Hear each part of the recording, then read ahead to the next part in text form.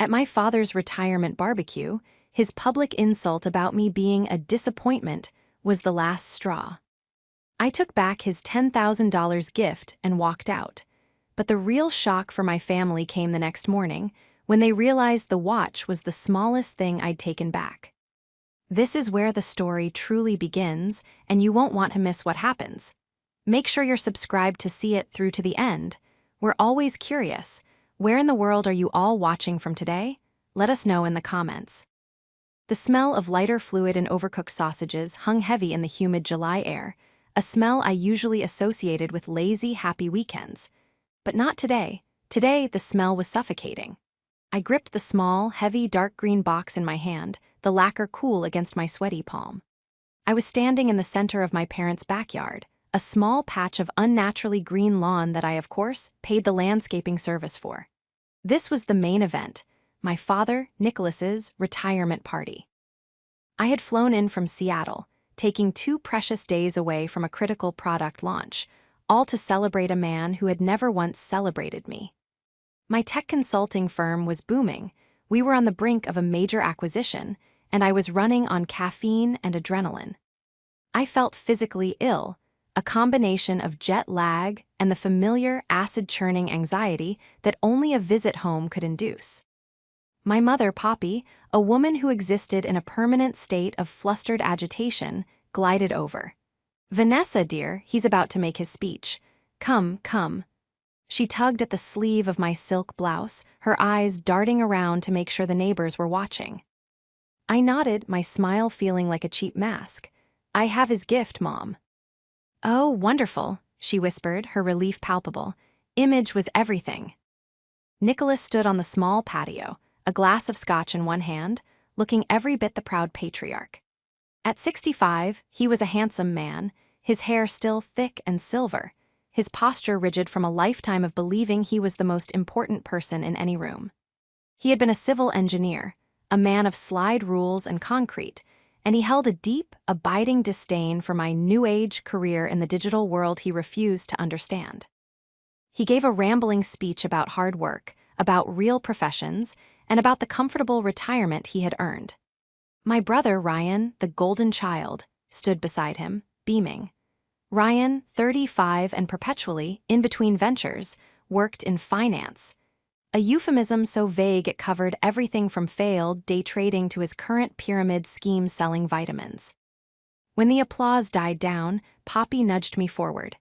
"Vanessa has a little something for you, Nicholas." All eyes turned to me. I felt that familiar shrinking sensation. I walked forward and held out the box. "Congratulations, Dad. I wanted to get you something special." He took the box, his movements deliberate. He opened the clasp, and even from a few feet away, I could see the glint of the platinum and steel Rolex. A murmur went through the crowd of neighbors and distant relatives. It was a $10,000 watch. It was excessive. It was a desperate, pathetic attempt to finally buy his approval. Nicholas looked at the watch, then he looked at me. A slow, thin-lipped smirk spread across his face. He raised his voice for the crowd to hear. "Trying to prove something, Vanessa." My stomach bottomed out. The air was sucked from my lungs. "You're still my disappointment." He didn't yell it.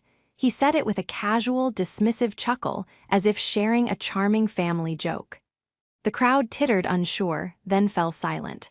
My brother Ryan shifted, looking embarrassed, but not for me, for himself, for being associated with this awkward moment. My mother's face went white, her smile frozen in a rictus of horror. For my entire 38 years, I had heard versions of this. "Why can't you be more like Ryan? What is this app nonsense? When are you going to get a real job?" But this was public. This was cruel. And this was, I realized with a sudden, crystal-clear finality, the end. The illness, the anxiety, the desperate need to please, it all vanished, replaced by a cold, quiet calm. I smiled. A real smile, not the cheap mask. I reached out and gently closed my hand over his, taking the Rolex box from his grasp. "You're right, Dad," I said, my voice clear and steady. "I have nothing to prove." I turned, the green box now heavy in my own hand. I walked past the stunned faces, past the smoking grill, past the perfectly manicured flower beds I paid for. "Vanessa, don't you dare!" My mother, Poppy, shrieked the words, her voice cracking with pure panic. She wasn't screaming for me, she was screaming because the neighbors were watching. I didn't look back. I walked through the side gate, pulled my rental car keys from my pocket, and got in. As I drove away, I looked in the rearview mirror. My father, Nicholas, was still standing on the patio, scotch in hand, a look of pure, baffled indignation on his face. I drove to the hotel I'd booked. I never stayed at the house, and turned off my phone. I ordered room service, took a long, hot shower, and for the first time in my life, I slept for 10 solid hours. The betrayal, I realized as I drifted off, was finally complete. But it wasn't his betrayal of me. It was my betrayal of the toxic role I had agreed to play for 38 years. The betrayal was worse than the diagnosis itself. I woke up to silence. It was 8:00 a.m.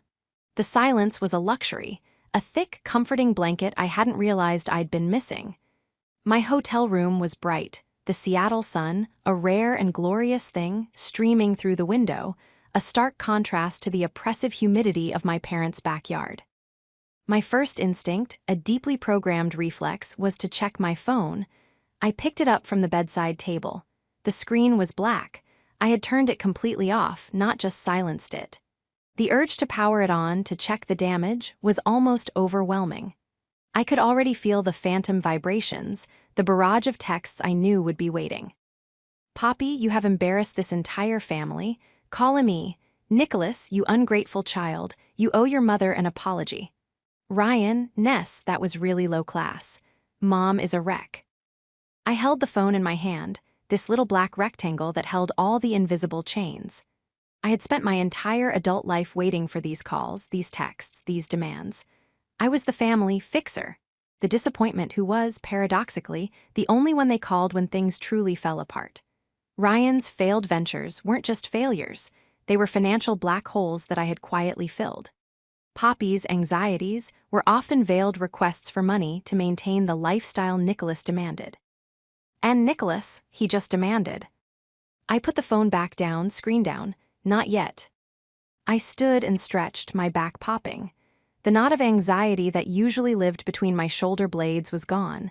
In its place was a strange, hollow lightness. I felt calm, not happy, not angry, just still. I ordered coffee and eggs, opened my laptop, and got to work. I had a launch to manage. I fired off emails to my team, reviewed code commits, and joined a video call with my board, all while sitting in a fluffy hotel robe. For 3 hours, I was just Vanessa, CEO of a company I'd built from nothing. I was competent, respected, and in complete control. It was in this moment of clarity, this stark divide between my two worlds, that the thought truly crystallized. It wasn't just a thought, it was a line item, a balance sheet, a cold, hard calculation. And they had all, in their magnificent, selfish ignorance, forgotten one crucial thing. They had forgot what I actually do for a living. My father thought I played on the computer.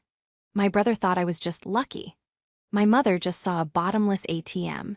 They had no concept of what it meant to build and manage a multi-million-dollar tech firm. They didn't understand that my new age job required a skill set they couldn't even fathom. The ability to analyze complex systems, identify critical failure points, and, when necessary, reroute an entire infrastructure to prevent a total collapse. Or, in this case, to initiate one. My family was a complex system. It was poorly designed, full of bugs, and reliant on a single point of failure, me, and I was about to pull the plug. At 11:30 a.m., I picked up my phone. I powered it on. The explosion was immediate. The phone didn't just vibrate, it seemed to physically seize on the nightstand, rattling like a dying insect. 38 missed calls. 72 unread text messages. The log was a perfect timeline of their collective panic. 9:00 p.m. last night, Poppy. Vanessa, this is not funny, come back. 9:05 p.m. Poppy. Your father is furious, you've ruined his night. 9:30 p.m. Ryan. What the hell is your problem? 10:00 p.m. Poppy. Call Emmy, now. 1:00 a.m. Nicholas. The only text he'd ever sent me. You will be here in the morning to apologize. 6:00 a.m. this morning, Poppy. Are you all right? Please just let me know you're safe. The manipulations shift from anger to feigned concern. 7:00 a.m. Ryan. Seriously, Ness, Mom is freaking out, just call her. 8:00 a.m. 9:00 a.m. 10:00 a.m. The calls became more frequent, more frantic. Poppy. Ryan. Poppy. Ryan. Nicholas. Poppy. But then at 10:45 a.m. the tone changed. 10:46 a.m. Ryan. Vanessa, my card was just declined at the gas station. What did you do? 10:48 a.m. Ryan. This isn't funny, my card for the family support fund isn't working. 10:52 a.m. Poppy. Ryan just called me. Something is wrong with the accounts. Please call us. 11:01 a.m. Nicholas. Answer your phone, immediately. I read the messages, one after another, my face impassive. The cold, light feeling was still there. It was focus. I opened my laptop again. I had 3 more calls to make.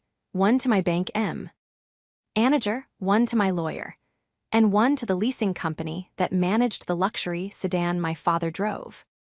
They had forgotten what I do. I build systems, I analyze them, and I know exactly how to deprovision access. The phone rang again in my hand. It was Poppy. I silenced it, letting it go to voicemail. I had work to do. My entire life has been a study in cognitive dissonance. The person I was at home and the person I was in the world were 2 different women. The world saw Vanessa, the 38-year-old founder of a design and strategy firm that consulted for Fortune 500 companies. I was sharp, I was decisive, and I was, by every metric, wildly successful. But at home, I was just Ness, the disappointment, the artsy one, the girl who played on computers instead of getting a real job like her father, Nicholas.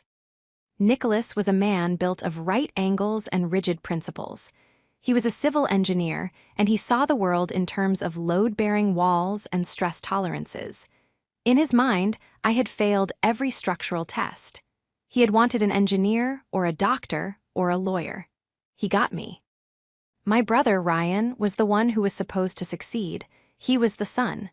He went into finance, which made Nicholas beam with pride, even though none of us, least of all Nicholas, knew what Ryan actually did. I knew. I knew because I was the one who got the first call. It was 10 years ago. I had just closed my first major seed round. I was celebrating with my team when my phone buzzed. It was Ryan, and he was crying. Ness, I messed up, he'd whispered, his voice thick. I lost it, all of it. Lost what, Ryan? What are you talking about? The startup money and some of Mom and Dad's. It turned out Ryan, in his first venture, had convinced Nicholas to co-sign a massive business loan, leveraging the family home as collateral.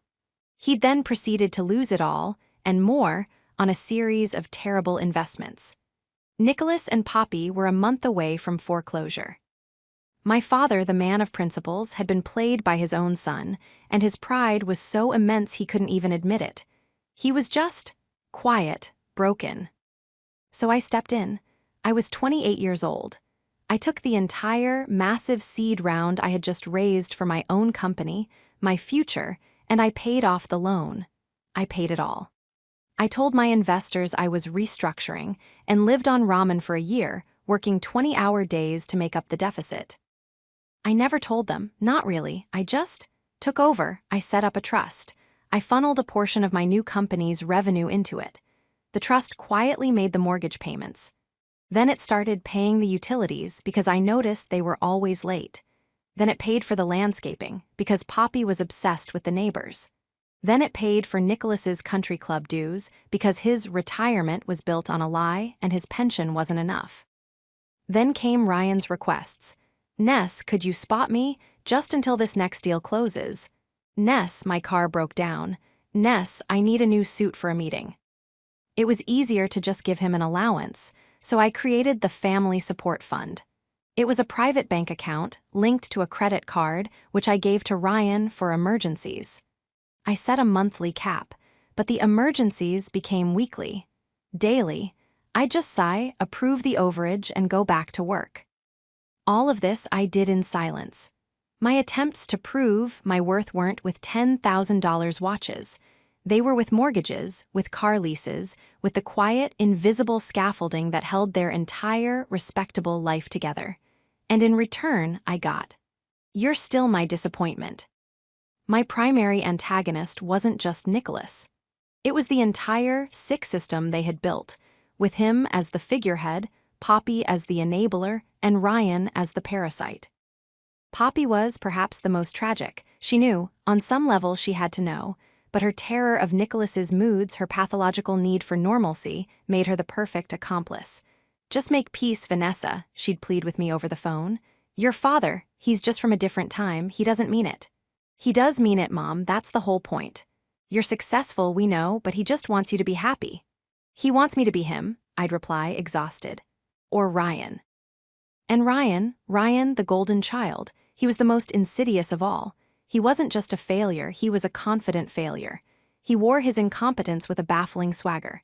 He'd sit at the Thanksgiving table after I'd just transferred $5,000 to cover his rent and lecture me on my company's risky overhead. "You're spread too thin, Ness," he'd say, tapping his fork on the table.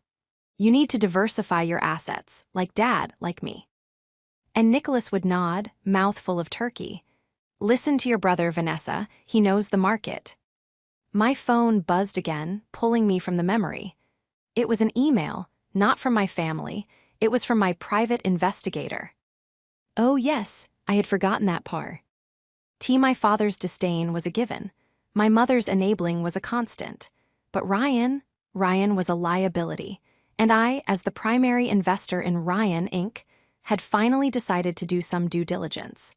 2 weeks ago, I'd hired a PI to figure out where all the family support fund money was really going. It wasn't just failed ventures and bad rent. The numbers were too big. The email subject was, "Final Report, RYAN." I opened it, I poured another cup of coffee. The last piece of the puzzle was clicking into place. The hotel room, which had felt like a sanctuary, suddenly felt like a war room. The PI's report was not a long read, but it was dense. It was clinical. It was devastating. Ryan was not a financial advisor. He was not between ventures. My brother, the golden child, had a severe, crippling gambling addiction. The family support fund wasn't paying for suits and rent. It was paying off online sports betting sites. It was covering markers at underground poker games. The PI had attached screenshots of threatening texts from bookies, a list of transfers to offshore accounts, and a detailed summary of his debts. The $5,000 for rent I'd sent last month, it had covered about 3 days of his losses. He was in the hole for just over $200,000, and the people he owed money to were not the wait until your next paycheck types. My quiet funding of his life hadn't just been enabling a failure. It had been financing a dangerous and accelerating self-destruction. And he had been using my parents' good name and my money as his shield. The cold calm I'd felt earlier was gone. It was replaced by a white-hot, focused rage. The betrayal wasn't just the insult at the barbecue. It was the decade of lies. It was the manipulation. It was the fact that they had all of them, treated my hard-earned success as a utility, a natural resource to be plundered. I had been a fool, I had been a victim, and now I was done. This was no longer a family squabble. This was a hostile takeover, and I was shifting from a passive, wounded party into a strategist. My clever trap wasn't something I had to set. It was a trap that was already sprung. The only thing I had to do was stop holding it open. The leverage I had wasn't a secret document or a hidden piece of knowledge. My leverage was gravity. I had been the only thing holding them up, and I was about to step aside. I picked up my phone. My fingers flew across the screen, not in anger, but with the precise, detached efficiency of a surgeon. First call, my personal wealth manager at the bank. "David, good morning, it's Vanessa." "Ms. Cade, always a pleasure. How's Seattle?" "Productive." "Listen, David, I need to make some immediate changes to my automated transfers. I'm dissolving the family support fund account. I want all automated payments from that account and from my primary business account to the list of payees I'm sending you to be terminated. Immediately. There was a pause. All of them, Vanessa. I'm looking at the list. That includes the mortgage trust for your parents' address, the country club membership, and the lease payments for 2 vehicles. That's correct, all of them. Terminate with prejudice. And David, I want you to freeze the card associated with the support fund, account number ending in 4088, as of 1 hour ago. Understood, he said, his voice dropping into a professional, unquestioning tone. I'll execute this immediately. Second call, my corporate lawyer. Sarah, hi, I have a situation. A Vanessa situation or a business situation? A family situation that is about to become a business situation. I need you to draft a cease and desist. And I need to know the firewall between my personal assets and my company, specifically regarding family debt. I explained the $200,000. I explained Ryan's activities. Okay, she said, all business. First, he's not your employee and he's not an officer of your company. You are not liable for his personal gambling debts. However, these bookies don't care about legalities. I want you to file a police report immediately, not to have him arrested, but to create a paper trail. If these people come looking for him, you need a document that states you are not associated with this. And the cease and desist? Who is it for? My brother, Ryan. I need to formally, legally, state that he is to have no more contact with me or my company regarding financial matters. I can have that drafted in an hour, Sarah said. Vanessa, are you okay? I've never been better, I said, and I was surprised to find I meant it. Third call, the leasing company for my father's luxury sedan. It was a short, simple conversation. The lease was in my company's name. I was terminating it early. Yes, I would pay the penalty. I wanted the car repossessed. Today. Final action. I forwarded the PICE report, my lawyer's recommendations, and a very short, very clear email to one person. My mother. Sabe. Jacked the truth. Mom, I will not be calling you. I will not be coming back. The family support fund you all relied on is now closed. The card Ryan has been using is deactivated. I will no longer be paying for the mortgage, the cars, the club, or any of it. My father's insult was just the tip of the iceberg. Attached is a report detailing exactly where the money you all took from me has been going. Ryan does not have a cash flow problem. He has a gambling addiction, and he is over $200,000 in debt to dangerous people. This is no longer my problem to solve. Do not contact me. Do not try to find me. The next person you will hear from is my lawyer. Vanessa. I hit send. I packed my bag. I put the Rolex, still in its green box, into my carry-on. I figured I'd sell it, or maybe I'd keep it as a reminder. I checked out of the hotel. As I walked through the lobby, my phone lit up with a new, unknown number. I didn't answer. I stepped out into the bright Seattle sunshine, took a deep breath of clean, clear air, and hailed a cab to the airport. The first part of the plan was complete. Now, I would just let the system I had built tear itself apart. The flight back to Seattle was the first time in my adult life I had ever truly been off the grid. I'd paid extra for the patchy in-flight Wi-Fi, not to communicate, but to watch. I had a separate, secure portal set up to monitor my finances. I watched, in real time, as the holds and terminations I had ordered went into effect. The family support fund account, status, frozen. The mortgage trust, status, payments terminated. The car lease, status, contract terminated. Repossession order filed. It was like watching a controlled demolition. I was 30,000 feet in the air, sipping ginger ale, while the foundations of their lives, foundations I had built, were being vaporized. When I landed, I turned my phone on. It was a deluge, but this time, it wasn't just my family. The unknown numbers were multiplying. The first confrontation, it seemed, had already happened without me. The first voicemail I listened to was not from Poppy or Nicholas. It was from Ryan. And the voice I heard was not the slick, confident finance voice. It was the high, thin, terrified squeal of the boy I remembered from 10 years ago. Vanessa, please pick up. You don't understand what you've done. You can't just turn it off.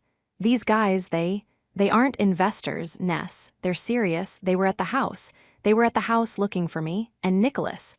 Dad, he told them where I live. You have to call me. You have to fix this. He was weeping, a pathetic, gasping sound. I deleted the voicemail. The next one was from Poppy. It was pure, unfiltered hysteria. Vanessa, what have you done? A horrible, large man was just here, at our house. During the barbecue, he came to the door asking for Ryan. He said Ryan owed him money. Nicholas told him he didn't know. And then a tow truck. Vanessa, a tow truck came. It took your father's car, right out of the driveway in front of everyone. I've never seen him like this. You have to call. You have to explain, what is in that email? I can't open the attachment. What did you do? So, the reveal had been more chaotic than I'd planned. The bookie had shown up at the party. The tow truck had arrived while guests were still mingling. The public humiliation I had suffered was nothing compared to the one I had just, with a few phone calls, engineered for them. I almost felt a sliver of pity. Almost. I got home to my quiet, minimalist apartment overlooking the Sound. I showered, changed, and made a cup of tea. And then I did the one thing I hadn't planned on. I called my mother. She picked up on the first half ring, her voice a raw-throated gasp. Vanessa. Hello, Mom, I said, my voice perfectly calm. Oh, thank God, Vanessa, you have to fix this. Your father. He's in his study. I think he's crying. I've never heard him cry. The car is gone, the neighbors are all talking, and Ryan? Oh, God, Vanessa, Ryan. What about Ryan, Mom? He's here. He's hiding in his old bedroom. Those men, they went to his apartment, so he came here. He's terrified. He said you did this. I didn't do this, Mom. I just stopped paying for it. But the car, your father's retirement, we can't. She was sobbing now. Why would you do this, after all we've done for you? The sheer, breathtaking audacity of that statement almost made me laugh. Done for me? Mom, I have been paying your mortgage for 10 years. I have been paying for Dad's car. I have been paying for Ryan's. Mistakes. I am the only reason you have a house for him to hide in. There was a choking sound on the other end. What? What do you mean? You helped with the mortgage, your father said. Dad lied, I said, sipping my tea. He didn't handle the loan 10 years ago. I paid it off. And then I kept paying. I paid for everything. The house you're in is not yours. It's been funded by the disappointment for a decade. Silence, not a stunned silence, but a heavy, guilty silence. You knew, I whispered, the realization hitting me. You didn't know the details, but you knew. You knew he couldn't afford that house. You knew the checks were coming from me. We're your family, Vanessa, she whispered, her voice hardening. This was the real Poppy, the enabler, the manipulator. You're supposed to help. It's what family does. No, Mom, that's what I did. Family? Family isn't supposed to call their daughter a disappointment after she buys them a $10,000 watch, which, by the way, was bought with the money I earned, not the money I was siphoning off my relatives. You, ungrateful. Stop, I said, my voice like steel.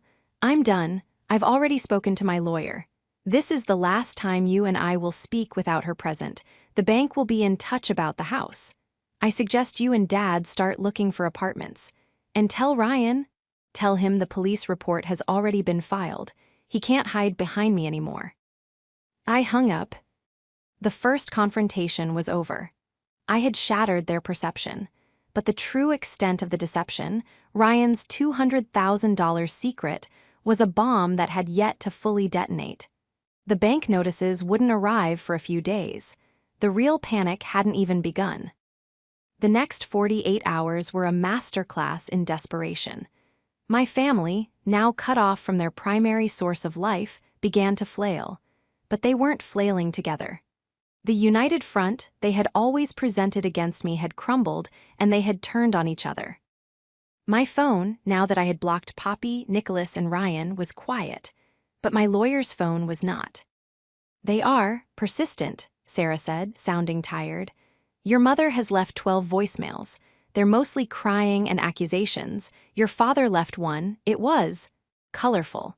He threatened to sue me, you, and the leasing company for grand theft auto. I've already sent him a reply referencing the contract with your company's signature on it. And Ryan's.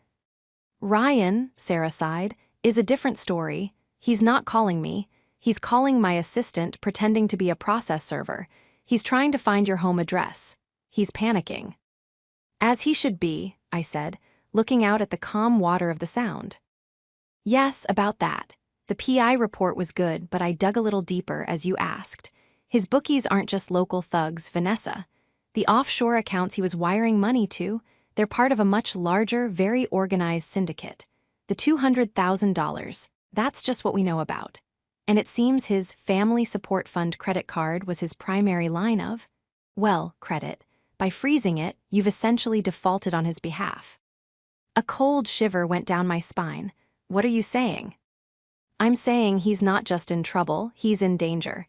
And he's desperate. A desperate man will do desperate things. He's been trying to access the mortgage trust, the house. He's been calling your bank, trying to impersonate you. This was the escalation.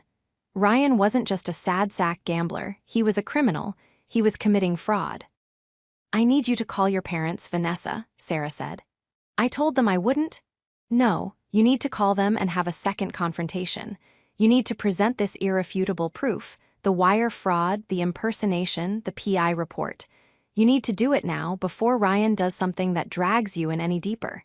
You need to make them understand that he is not a victim. He is the perpetrator. And you need to record the call. My office will set it up. This was it. This was the final break. This wasn't just about an insult at a barbecue. This was about severing a limb to save the body. Sarah set up a three-way, recorded conference call. I unblocked Poppy's and Nicholas's numbers for 1 hour. I dialed. Nicholas answered, "What? It's Vanessa. I have my lawyer Sarah on the line. This call is being recorded." You dare? He blustered, but the voice was thinner now. Less patriarch, more old man. Where's Mom? I'm here, Poppy whispered. Good, you both need to listen and you are not to interrupt. Sarah, please proceed. Mr. and Mrs. Cade, Sarah's voice was crisp and devoid of emotion. We are calling to inform you of several irregularities that have come to our attention, specifically regarding your son, Ryan. What about Ryan? Poppy asked, her voice trembling. He's not well. Your son is a criminal, Mrs. Cade, Sarah said flatly. In the last 48 hours, he has attempted to access Ms. Cade's personal bank accounts via fraudulent misrepresentation. That's a federal crime. He has also incurred over $200,000 in gambling debts, which he has attempted to secure by illegally using Ms. Cade's financial instruments. Lies, Nicholas roared. He has a cash flow problem, it's that woman he was seeing. Dad, I said, my voice cutting through his. It's not a woman, it's a bookie, and I have the receipts. Sarah, please send them the file. Now. I heard the ping of an email notification on their end.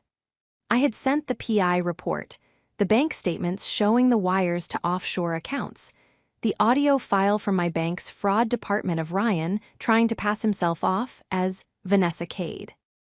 I heard Poppy gasp, Oh, Nicholas. There was a long, long silence. I heard a muffled click.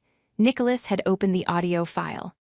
They were listening to their golden child, his voice pitched high in a terrible imitation of mine, trying to convince a bank manager to please, just transfer the funds, I'm in a hurry. The sound of my father's breathing was ragged. He's a gambler, Dad, I said, the anger gone, replaced by a deep, profound exhaustion. He's a fraud, and for 10 years I have been cleaning up his messes. For 10 years you've been calling me the disappointment while he was robbing all of us. I stopped paying, that's all. I stopped paying and the entire house of cards fell down. So what now? Poppy cried. Are you sending him to jail? The terror in her voice was for him, it was always for him. I'm not doing anything, I said. That's the point, I'm out. The bank will be serving you foreclosure papers on the house. The trust is dissolved. Your car is gone. Ryan's associates are his problem. What you do now is up to you. But my money, my company, and my life are no longer yours to use. Sarah, do you have anything else to add? Yes, Sarah said. Mr. and Mrs. Cade, a cease and desist is on its way to your home, effective immediately for all three of you. Any further contact will be considered harassment. We are done here. We hung up. The spell was broken. The irrefutable proof had been delivered. The golden child had been exposed, not by my accusations, but by his own recorded actions. The silence that followed in my apartment was, for the first time, truly peaceful. A week passed, a week of absolute, blissful silence. I had my lawyer's office filter everything. I went to work. I closed the acquisition. My company, my real life, was thriving. I felt lighter than I had in years. The weight of my family had been an anchor I hadn't even realized I was dragging. Then I got an email. It wasn't from my family. It was from my aunt, my father's sister, a woman I'd always liked but who lived on the other side of the Nicholas is always right fence. Subject: your father. Vanessa, I don't know the whole story, but I know bits of it. Your mother is a wreck. Your father is a ghost. They're having a family meeting at the house on Sunday before the bank repossesses it. Your mother's words. I think you should be there. Not for them, for you. I stared at the email. A family meeting. A public showdown. A final, dramatic attempt to guilt me into submission. They were going to sell the house and they were having one last, what? A wake. I booked a flight. I didn't tell them I was coming. I let myself in the front door, my key still worked, at 2:00 p.m. on Sunday. The house was a disaster. Boxes were everywhere. The furniture was in disarray. It was a house that had been ransacked, not packed. They were in the living room. Nicholas, Poppy, and Ryan, they looked terrible. Nicholas, who had always been so proud of his appearance, was in a stained bathrobe, his silver hair uncombed. Poppy's eyes were red and swollen, her face a puffy mask of misery. And Ryan looked like a cornered animal. He was vibrating with a strung-out, desperate energy. They all froze when they saw me. Vanessa, my mother whispered, as if seeing a ghost. You have no right to be here, Ryan shrieked, jumping to his feet. You did this. I paid for this, I said, my voice echoing in the half-empty room. I was holding a single, thick, leather-bound binder. I paid for this sofa. I paid for this rug. I paid for the roof over your head. And since you're all here, I thought it was time we went over the final accounting. I was no longer the daughter. I was the CEO. This was an exit audit. What is this? Nicholas said, his voice a gravelly rasp. This, I said, dropping the binder on the coffee table with a heavy thud, is the last 10 years of my life. And yours. I opened it to the first tab. Let's start with the house. In 2014, when Ryan's first venture failed, you were 30 days from foreclosure. Here is the bank statement showing my wire transfer of $120,000 to clear the lien. And here, and here, and here are the 120 subsequent mortgage payments I made on your behalf. Total contribution, $388,400. Poppy let out a small, strangled sound. Next, I flipped the page. The cars, Dad, your retirement. Sedan, a company lease. Here's the contract. Total cost to my firm, $42,000. And Mom, your little runabout, also me, $28,000. But the country club, Nicholas whispered, his eyes wide. He was looking at the numbers, the concrete, irrefutable data. I was finally speaking his language.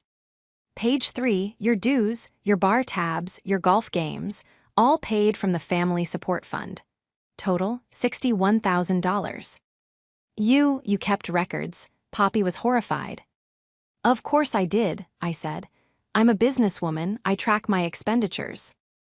And then I turned to the last tab, the thickest one, and then there's Ryan. Ryan, who had been sinking into the couch, tried to stand. You You can't. I can, I said, my voice dropping. This isn't just about failed startups, Ryan. This is about fraud. This is about addiction. This, and I pulled out a single sheet, is a summary from the PI I hired. Wires to offshore accounts, markers from bookies, online casinos, a grand total of $214,000 in 16 months, all funneled through the account I was paying for. Nicholas looked from the paper to his son. The look on his face was not anger. It was comprehension, the final, terrible click of the puzzle. The disappointment and the golden child had been in the wrong bodies all along.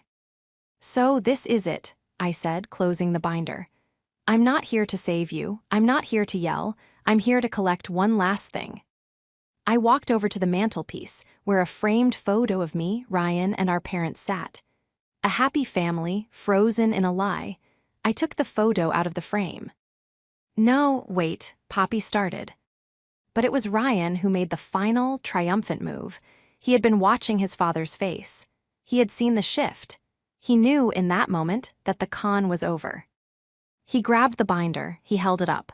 So what? So you paid, that's what you do, you pay, you think this paper, makes you better than me. Yes, I said. And Nicholas, my father, the rigid, unbending man, finally, looked at his son, and he saw him. You, Nicholas said, his voice a quiet rumble, you are a thief. Ryan froze. He looked at his father, his face crumbling. Dad. You're not my son, Nicholas said, standing up. He was shaking. You let me, call her. He couldn't finish. He pointed a trembling finger at the door. Get out. But Dad, I have nowhere to go, she cut me off. Get out, Nicholas roared, and in that moment I saw the man he could have been. Ryan, in a final, pathetic act, threw the binder at the wall. Pages of his deceit flew everywhere, and then he ran. He grabbed his coat, tore open the front door, and was gone. The showdown was over. It wasn't a bang, it was a whimper. In the silence that followed Ryan's exit, the only sound was the rustle of papers as they settled on the floor. Poppy was weeping silently into her hands. Nicholas stood, breathing heavily, staring at the empty doorway. He looked 20 years older than he had at his retirement party. I knelt and began gathering the pages. My spreadsheets, my receipts, my proof. Leave it, Nicholas said. I looked up. He was looking at me, really looking at me for the first time. He started. He held out a trembling hand, not to me, but to the room, to the boxes, to the mess. All this time. Yes, I said. I stood up, the binder in my hand. All this time. I didn't expect an apology. I didn't want one. It wouldn't have been real. It would have been a last-ditch attempt to fix his new problem, the same way my Rolex was an attempt to fix my old one. The house, he said, his voice flat. The bank, is it? It's real, I said. The foreclosure is proceeding. The trust is dissolved. You'll have to make arrangements. He nodded, a single, sharp jerk of his head. He had lost his son, his house, his car, and his pride, all in 1 week. He had nothing left to be arrogant about. He was just a broken old man in a bathrobe. I looked at Poppy. Mom. She looked up, her face a ruin of tear-tracked makeup. I'm not coming back, I said. This is it. This is the end. Vanessa, please, she whispered. We're your family. No, I said, and the word was final. You're the people I was related to, my family, my real family, are the people I built in Seattle, my team, my friends, the people who respect me. I walked to the front door. I didn't look back. I closed it gently behind me.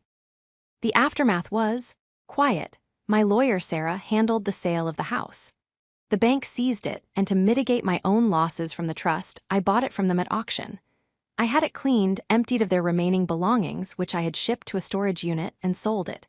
I wired half the proceeds, a compassionate severance, as Sarah called it, to a new, small, 2-bedroom apartment I had rented in my parents' name. The other half I donated to a charity for gambling. NG addiction. Nicholas and Poppy moved into the apartment. It was clean, it was safe, but it was not their grand family home. It was a rental. My father, the retired engineer, got a job as a part-time consultant reviewing blueprints for a local firm. He had to. His pension, it turned out, was as much of a lie as his retirement. Ryan, I heard he bounced around. He tried to get a job in finance, but his reputation was destroyed. The last I heard from my aunt, he was working a retail job, stocking shelves at a supermarket. The bookies? I don't know. I had made it clear, through legal channels, that I was not responsible for his debts, and the police report had given me the necessary distance. He was, for the first time in his 35 years, truly on his own. The $10,000 Rolex, I kept it.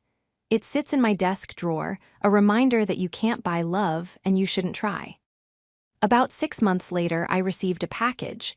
It was a small, handwritten letter. It was from my father. There was no "Dear Vanessa." It just said, "I reviewed the acquisition papers for your firm, the ones that were public. Your valuation was sound. Your exit strategy was..." He had crossed out a word. Smart, very smart. N. It wasn't an apology. It wasn't forgiveness. It was, I realized, the only thing he could give me, a single, begrudging word of professional respect. It was the first compliment he'd ever paid me. I put the note in the binder with all the spreadsheets. The audit was finally, truly complete. I was vindicated, I was free, and I was, at last, at peace.